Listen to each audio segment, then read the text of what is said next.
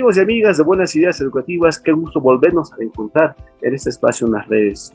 Gracias por su preferencia, gracias por escribirnos. Vamos a continuar con la temática en este mes de abril, la importancia de luchar contra el infanticidio y de realzar los derechos de los niños y niñas. Para el día de hoy tengo una invitada de lujo, es la licenciada Lilian Calizaya, de profesión trabajadora social. Para mí es un honor tenerla acá, también autoridad de la carrera que mencioné. Qué gusto tenerte con nosotros, licenciada. ¿Cómo está, doctor Bernal? Un gusto poder saludarlo y poder también compartir con usted esta cruzada que usted ha emprendido en favor de los niños. Entender el infanticidio ya desde un punto, de distintos puntos profesionales, hoy nos toca abordarlo desde el punto de vista profesional, ¿no?, del trabajo social. ¿Cómo entendemos nosotros ese proceso que termina en infanticidio, ¿no?, desde la perspectiva del trabajo social? ¿Desde qué puntos de vista podemos darnos cuenta que un niño está sufriendo violencia intrafamiliar inicialmente? ¿Cuáles son las características que no notamos que deberíamos notar? Por favor, licenciada.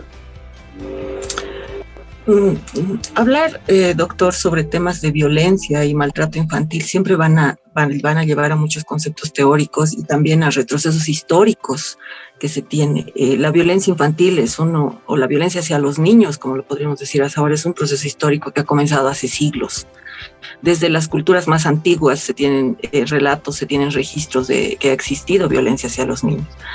Pero cuando nosotros hablamos ya de una sociedad más consolidada, como la que podríamos decir en la que nos desenvolvemos, es entender desde un proceso cultural, un proceso educativo, pero principalmente cuando hablamos de violencia hacia los niños, porque ahí podemos hablar de maltrato, violencia, abuso, pero cuando hablamos de este proceso y dentro de la familia, debemos rescatar un aspecto muy importante, doctor, que reconocemos a la familia como un espacio privado, donde el niño se lo reconoce como propiedad de los padres.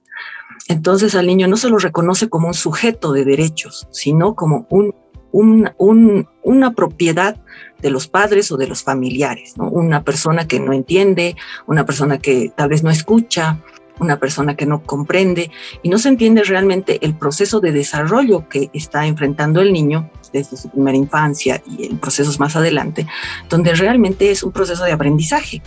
Pero todo esto se complica cuando la familia no lo reconoce como un sujeto de derecho y simplemente se lo toma como propiedad de los padres, ¿no? Y ahí está el famoso dicho que es mi hijo y yo puedo hacer con él lo que yo quiera en algunos casos, ¿no? Y eso se escucha claramente en las defensorías, cuando llegan casos simplemente de violencia psicológica, que no se considera con los niños la violencia psicológica.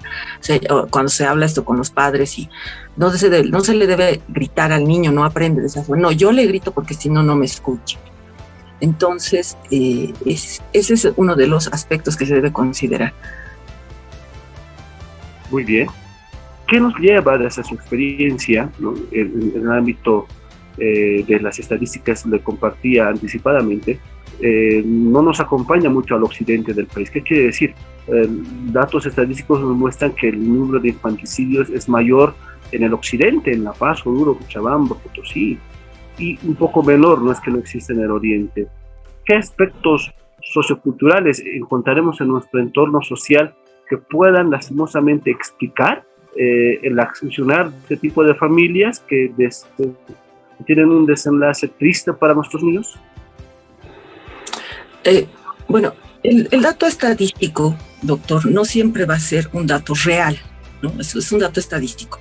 ¿En qué sentido manifiesto esto? En que es estadístico porque se ha denunciado y es por eso que está registrado dentro de las estadísticas. Debemos tomar en cuenta también aspectos, lo que usted mencionaba, aspectos culturales. Cuando nosotros hablamos de apego en el occidente, y eso es, se registra, el apego está basado en que las familias, las madres en el occidente son más apegados a los hijos, ¿no? El apego se constituye a partir de la cercanía que hay entre la madre y el hijo. ¿Cómo crecen los hijos en el occidente? Crecen en la espalda de la madre, ¿no? O sea, están cargados todo el tiempo. Entonces, esto genera que no haya procesos de abandono. lo que no significa que no va a haber procesos de violencia dentro de la familia. Y a esto me refería, no solamente nos vamos al infanticidio, el infanticidio es la última etapa de la violencia infantil. El infanticidio ha comenzado con gritos, con golpes, con maltrato físico, que se han dado en un espacio privado, donde no ha habido el proceso de denuncia, no ha podido haber un proceso de auxilio al niño, no ha habido un proceso de reflexión con padres, ¿no? El proceso se ha ido dando y se hace público cuando ya es infanticidio o cuando ya realmente tenemos niños en terapia intensiva, niños con fracturas. Es en ese momento en que la sociedad recién despierta ante una situación de que ese niño haya podido ser maltratado. ¿Durante cuánto tiempo? Y ahí sale el dato, ¿no? Tiene laceraciones anteriores, etcétera. Entonces, el tema del infanticidio viene con recurrencia desde un proceso de violencia que ha estado involucrado, cuando hablamos de familia especialmente, que ha estado dentro de un espacio privado. Y se hace público simplemente cuando ya existe una denuncia, porque el caso ha sido demasiado grave. Y no denuncian familiares, ¿verdad? Denuncian o denuncian familiares que están lejos del niño, o denuncian profesores, o denuncian los vecinos, veces dentro de la misma familia. Ahora bien, el tema de que sea más en el occidente o más en el oriente tiene que ver con cuánta denuncia se hace.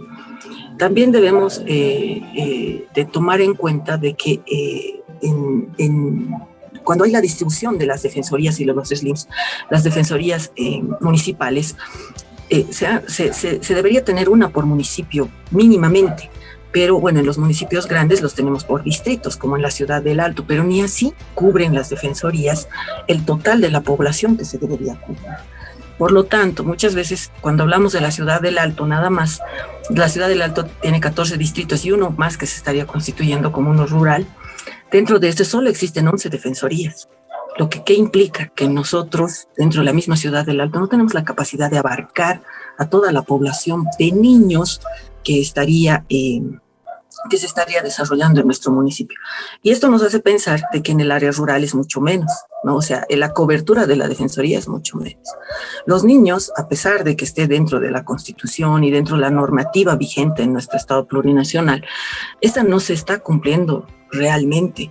Cuando hablamos de defensorías, las defensorías ni siquiera tienen el personal adecuado y mucho menos el número de personal que deberían tener para la atención de estos casos. Entonces, si hablar del occidente y del oriente, entonces también tendríamos que hacer una reflexión si realmente en el oriente existe todo este personal, estas instituciones que están y deben ir en defensa de los niños.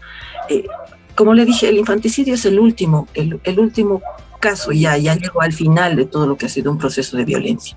Si nosotros nos referimos a temas de maltrato, también en el oriente esos suman muchos más.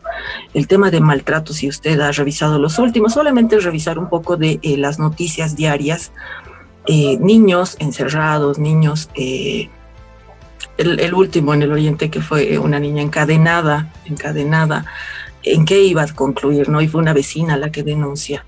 Entonces son estos casos que el infanticidio es lo último, pero ha tenido que surgir todo un proceso de violencia. Ahora, el otro tema, doctor, el tema de la familia, ¿no? Es decir, la familia debería ser el espacio más seguro del niño. Debería constituirse la familia como el espacio más seguro del niño, el espacio que garantice todos sus derechos. Lamentablemente esto no sucede. Y no tiene que ver con el tipo de familia. Podemos hablar de una familia nuclear, ¿no? Papá, mamá, hijos, pero esto no significa que no van a existir casos de violencia. Podríamos hablar de familias monoparentales, donde solamente está el papá o solamente está la mamá, donde tal vez hay mucha más protección a los niños. Muchas veces se identifica ahí que los papás no pueden criar a los hijos, se estigmatiza a los varones como que son los más maltratadores, pero las estadísticas últimamente nos están diciendo que no son los más maltratadores los papás, sino que las mamás también ejercen mucha violencia contra niños. Entonces no se podría definir como un tipo de familia. Ahora, donde los niños pueden correr más riesgos, y eso también se lo ve, es en las familias extendidas, ¿no? Donde hay tíos, abuelos, primos.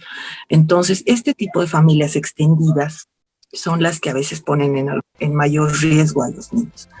Pero no podríamos definir simplemente como una familia a la que pueda ser en un tipo de familia en la que exista más violencia, ¿no?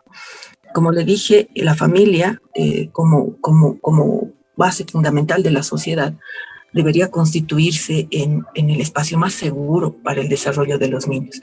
Pero también el Estado debería garantizar a la familia un desarrollo pleno, y eso no existe, no se está dando desde el Estado esa garantía para las familias.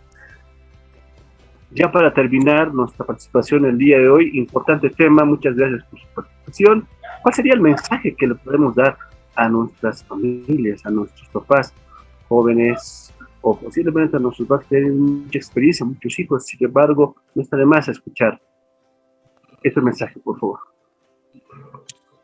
Bueno, el tema fundamental, doctor, es reconocer a los niños como que los niños deben ser sujetos de derecho. Dejar de sentirlos y de verlos como seres que no piensan, no sienten, no escuchan, no entienden. Los niños entienden perfectamente, los niños sienten. Lo único es que están en un proceso de desarrollo, y ese su proceso de desarrollo no les permite identificar situaciones de riesgo, ¿no? Y la familia está para eso, para garantizar que el niño se desarrolle en una situación de seguridad por sobre todo. El niño no va a poder identificar situaciones de riesgo.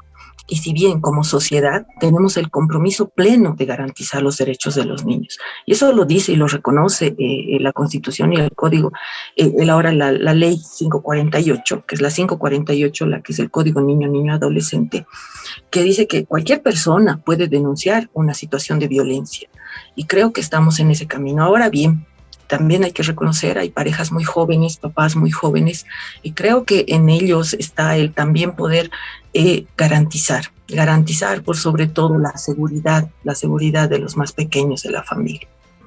Muchas gracias por su participación, licenciada Lilian. Para nosotros ha sido muy importante escuchar esos conceptos desde la visión del trabajo social. Amigos y amigas, muchísimas gracias por seguirnos en este su espacio en las redes denominado Buenas Ideas Educativas. En el mes de abril, nosotros concientizando a la sociedad para fortalecer los derechos de nuestros niños y niñas y prevenir el infanticidio. Muchísimas gracias.